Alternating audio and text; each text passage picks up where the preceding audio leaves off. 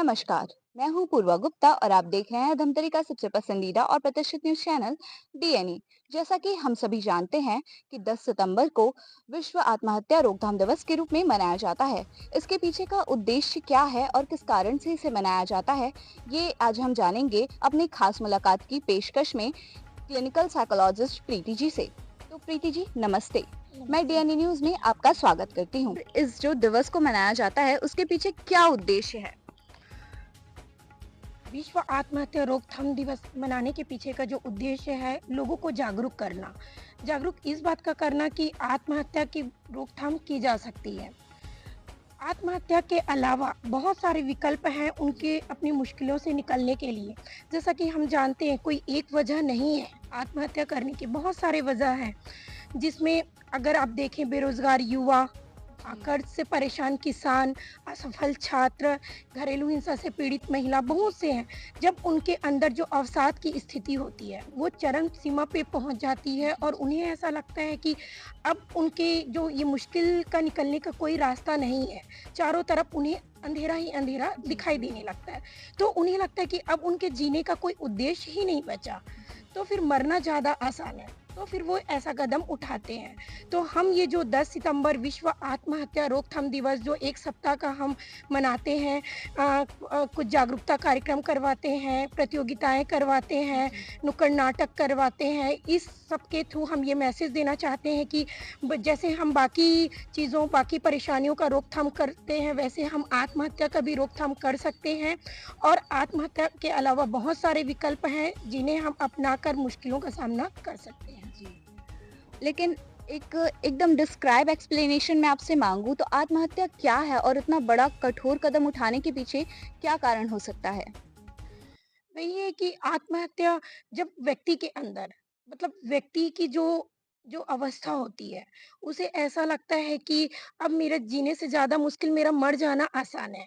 जब उसके पास कोई सपोर्ट सिस्टम नहीं होता, जब उसे लगता है कि जो मुश्किलें हैं उसका कोई रास्ता ही नहीं है। मतलब एक अगर एक सेंटेंस में कहें तो उसे चारों तरफ अंधेरा ही अंधेरा नज़र आता है। जी जी। उम्मीद की कोई किरण नज़र नहीं आती, जिसके कारण वो व्यक्ति ऐसा कदम उठाने पे मजबूर हो जाता है। जी। क्या कोई संकेत होते हैं जो आत्महत्या करने वाला व्यक्ति आत्महत्या करने से पहले देता है? बिल्कुल, ये आपने बहुत ही बढ़िया प्रश्न किया क्योंकि अधिकतर आपने कब सुना होगा लोगों को ये कहते हैं कि अरे! फला व्यक्ति ने ये कदम उठा हुँ। लिया, काश उसने मुझे बताया बताया होता। होता। तो कोई भी इंसान बताकर मतलब बोल के नहीं कि मैं मरने वाला हूँ, हुँ। लेकिन वो ऐसे साइन एंड सिम्पटम्स ज़रूर देते हैं। सर्वे कहता है कि हर 10 में से 8 व्यक्ति साइन एंड सिम्पटम्स मरने से पहले ज़रूर देता है। जी। अगर हम ये वार्निंग साइन्स जो चेतावनी संकेत हैं, हुँ। उन्हें पहचान लें, तो हम आत्महत्या की रोकथाम करने में सफल हो सकते हैं। जी, जी, तो अब आप पूछो कि कौन-कौन से साइन एंड जी। सिम्पटम्स होते हैं? तो ऐसे क्या संकेत होते हैं और ऐसे क्या पॉइंट्स होते हैं, बिंदु होते हैं, जो एक आत्महत्या करने वाले व्यक्ति का हम नोटिस कर सकते हैं, पकड़ सकते हैं और ये अनहोनी घटना होने से हम रोक सकते हैं? बिल्कुल, जो संकेत होते हैं अगर हम इसे देखें 2 तरीके से, एक वर्बल होता है, एक बिहेवियरल होता है कि हुँ। वर्बल मतलब बोल बोल के। के। जैसे अगर किसी व्यक्ति में मरने के विचार चल रहे हैं, जी, जी। तो वो ये बोल के मतलब कुछ दिनों से मतलब वो साइन एंड सिम्पटम्स देना शुरू कर देते हैं। जैसे कि मुझे लगता है मेरा जीना बेकार है, जी, मुझे लगता है कि मैं मर जाऊँ। जी। कभी-कभी आपने सुना होगा कि कोई ये बोलता है मेरी इच्छा हो रही है कि भगवान जी के पास चले जाऊँ। जी, तो जी। लोग फैमिली वालों को क्या लगता है वो उसको आध्यात्मिकता से जोड़ते हैं कि वो अध्यात्म की ओर जा रहा है, जबकि ऐसा नहीं है। वो मतलब इनडायरेक्टली संकेत दे रहा है कि अब मुझे जीने की इच्छा नहीं बची नहीं है, मुझे बची है। भगवान जी के पास चले जाना जाना चाहिए। व्यक्ति को ये लगता है कि मैं किसी मकड़े के जाल में फँस गया हूँ, ट्रैप्ड हो गया हूँ, हुँ। जहाँ से मैं निकल नहीं पा रहा हूँ, तो मुझे बहुत मुश्किल हो रही है जीने में।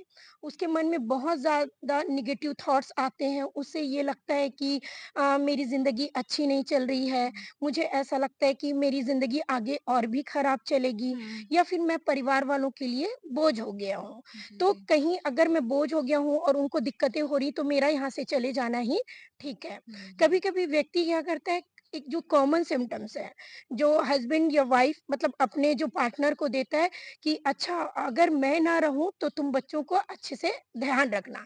ये बहुत ज़्यादा जी, जी। कॉमन है, हाँ, हाँ। पर लोग इसको असेस नहीं कर पाते हैं, ऑब्ज़र्व नहीं कर पाते हैं।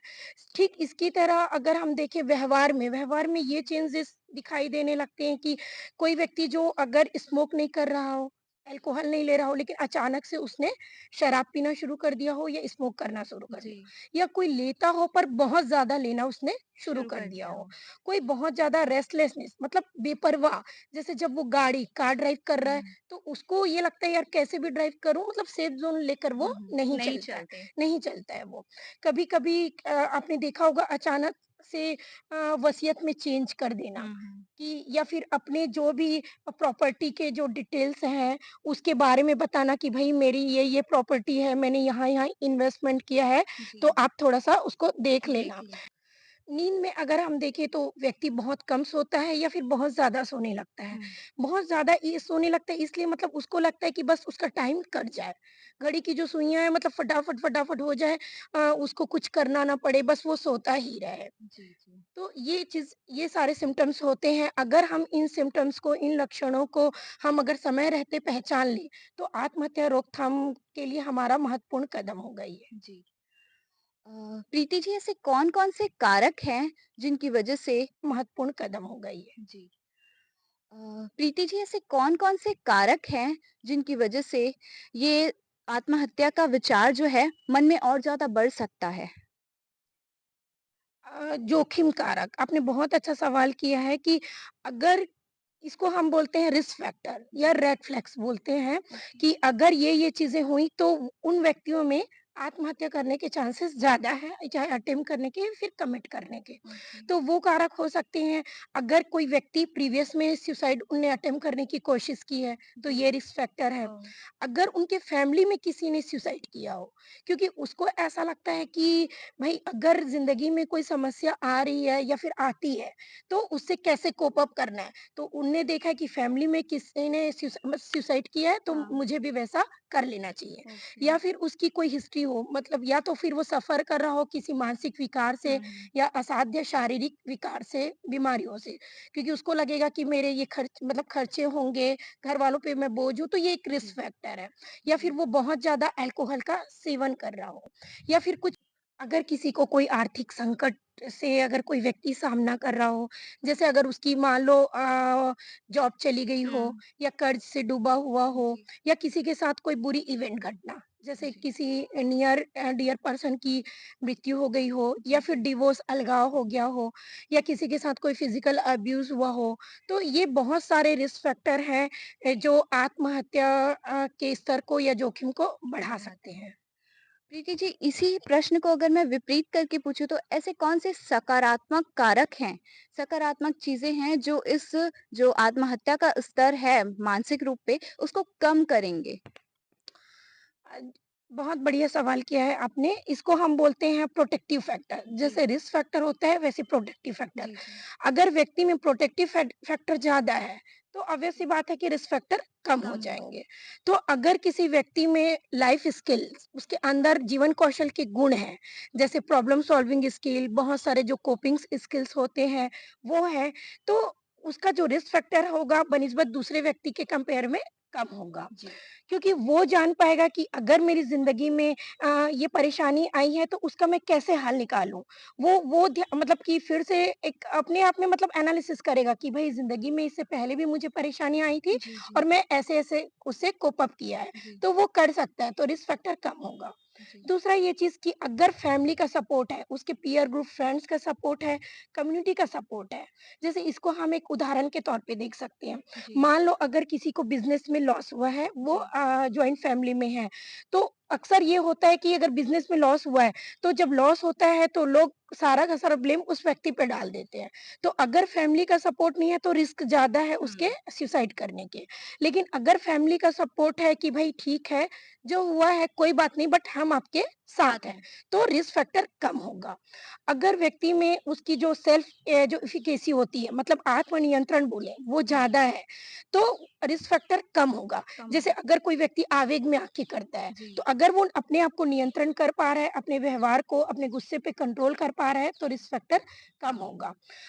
अगर व्यक्ति बहुत ज़्यादा सोशलाइज़ है तो रिस्क फैक्टर कम होगा, क्योंकि एक सोशलाइज़ है उसको पता है अगर मेरे में अगर ये भी इश्यूज़ चल रहे हैं तो मैं खुद को एंगेज करूँ। जी। थ्रू एक्टिविटीज़ पार्टिसिपेट करूँ, गेट टुगेदर करूँ, हाँ। फ्रेंड से मिलूँ, सोशल मतलब कम्युनिटी में जाके जो भी प्रोग्राम्स है उसको अटेंड करूँ, तो ये एक अच्छा डिस्ट्रैक्शन है उसके हाँ, लिए, तो माइंड रिस्क फैक्टर डाइवर्ट कम करने का। होगा। जी। दूसरी ये चीज़ है कि जो लीथल मीन्स की अगर अवेलेबिलिटी कम है, मतलब उसके पास घातक चीज़ों की उपलब्धता कम है, तो रिस्क फैक्टर कम होगा। उसका कम होगा।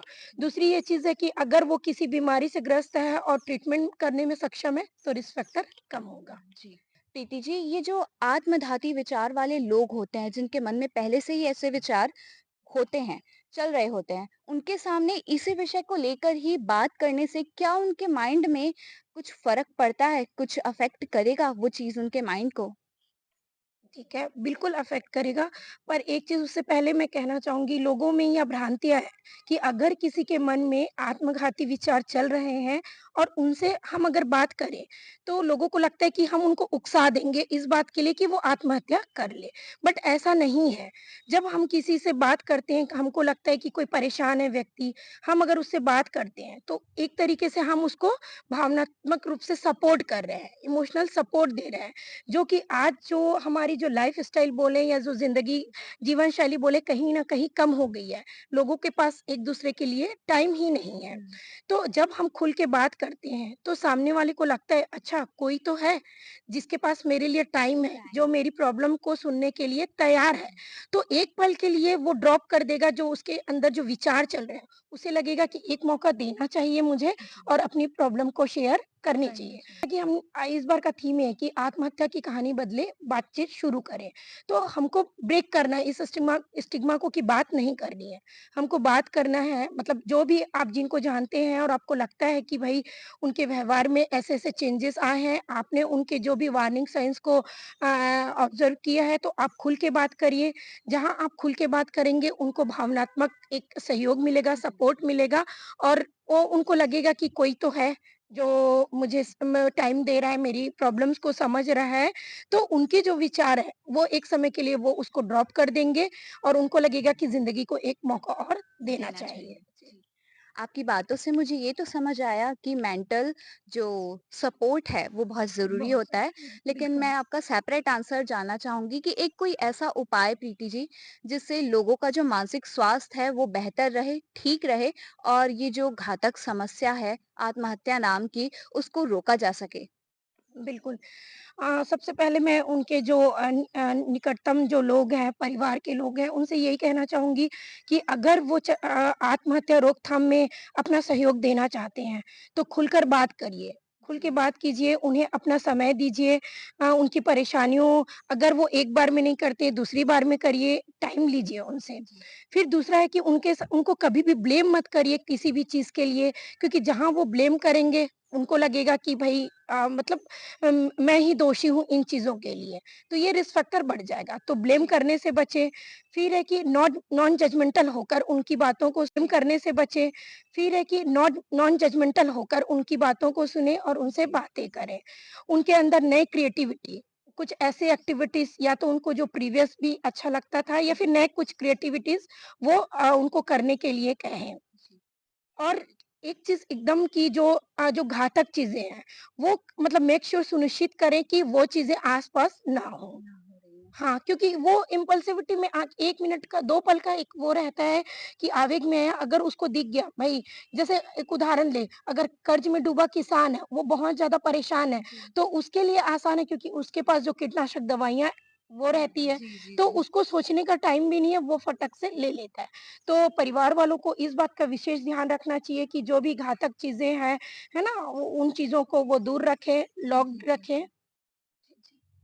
और दूसरी चीज़ें मैं उनके लिए कहना चाहूँगी कि जो जिनके मन में ये विचार आते हैं कि वो अपनी हेल्प कैसे करें, तुरंत अपने माइंड को डिस्ट्रैक्ट करें। कोई भी चाहे जो भी उनकी हॉबीज़ रही हो उस पे, जो भी उनको अच्छा करना लगता हो उस पे अपने माइंड को डिस्ट्रैक्ट करें या जी। फिर अपनी बातों को साझा करें। है ना? जी। वैलिडेट करें, वेंटिलेट करें, जो भी उनके लाइफ़ के सपोर्ट सिस्टम है, उनसे अपनी बातों को साझा करें। जी। इसके बाद भी अगर उनको नहीं समझ आ रहा है और मन में विचार आ रहे हैं, तो मैं उनसे यही कहूँगी कि वो जो टेली हमारा जो छत्तीसगढ़ का टेलीमानस टोल फ्री नंबर है, 14416 या फिर 1800891441 इस जी। पर वो तुरंत कॉल करें। तो ये थी आज की हमारी खास मुलाकात की पेशकश clinical psychologist doctor Preeti ji के साथ। आप बने रहिए हमारे साथ डीएनए न्यूज पर। इसी तरह से हम लेकर आते रहेंगे नई नई शख्सियत के साथ खास मुलाकात की पेशकश। धन्यवाद।